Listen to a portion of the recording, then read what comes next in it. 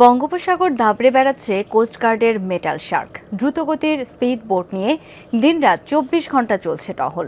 65 দিনের নিষেধাজ্ঞার এই সময়ে মাছ ধরা বন্ধ রাখতে চট্টগ্রাম এবং কক্সবাজার অঞ্চলে চলছে বিশেষ অভিযান। মৎস্য সম্পদ রক্ষায় এই কার্যক্রমকে জেলেরা স্বাগত জানালেও সরকারি সহায়তা পাচ্ছেন না বলে অভিযোগ তাদের। সিলন ফ্যামিলি ব্লেন্ডের কড়ালিকার আর সতেজ স্বাদের পারফেক্ট ব্লেন্ডে স্বপ্নেরা মেলুক টানা। গভীর সমুদ্র থেকে শুরু করে প্রতিটি উপকূল জুড়ে ছুটছে কোস্টগার্ডের এক একটি মেটাল শার্ক। জলদস্যুতা, চোরাচালান নিয়ন্ত্রণের মতো এই মৌসুমে মৎস্য সম্পদ রক্ষায় তৎপর টহল টিম। 65 দিনের নিষেধাজ্ঞার মধ্যে সাগরে মাছ না ধরতে দিনরাত টহলের পাশাপাশি চলছে মাইকিং। জেলেদের সচেতন করতে বিতরণ করা হচ্ছে লিফলেট।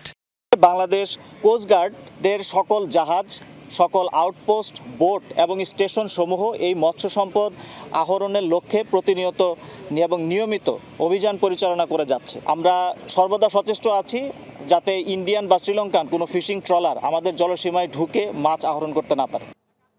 চট্টগ্রাম ছাড়াও কক্সবাজার অঞ্চলেও চলছে অভিযান। নিষেধাজ্ঞা অমান্য করলে নেওয়া হচ্ছে ব্যবস্থা। শাহপুরী, হিমছড়ি, টেকনাফ সহ সেন্ট মার্টিন সহ বিভিন্ন ঘাটে প্রতিনিয়ত মাইকিং এবং লিফলেট বিতরণ করা হচ্ছে। এছাড়াও বাংলাদেশ কোস্টগার্ডের পক্ষ থেকে আমরা সর্বদা সুনীল অর্থনীতি রক্ষার্থে এবং মৎস্য সম্পদ সংরক্ষণের জন্য সর্বদা নিয়োজিত। প্রজননের এই মৌসুমে মা মাছের নিরাপদ পরিবেশ সৃষ্টি, মজুদ ও সংরক্ষণে নিষেধাজ্ঞার সুফল মিললেও কর্মহীনের সময়ে সরকারি সহায়তা পান না বলে অভিযোগ জেলেদের। আমাদের কোনো একটা 10 টাকা অনুদানও নাই।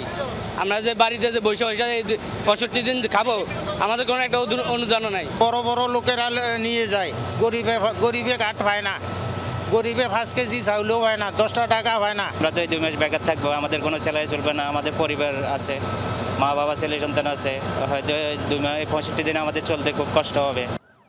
প্রতি বছর 20 মে থেকে 23 জুলাই পর্যন্ত 65 দিন সমুদ্রে মাছ ধরায় নিষেধাজ্ঞা থাকে সরকারের। জুবাইদ ইবনে শাহাদাত, যমুনা নিউজ, চট্টগ্রাম।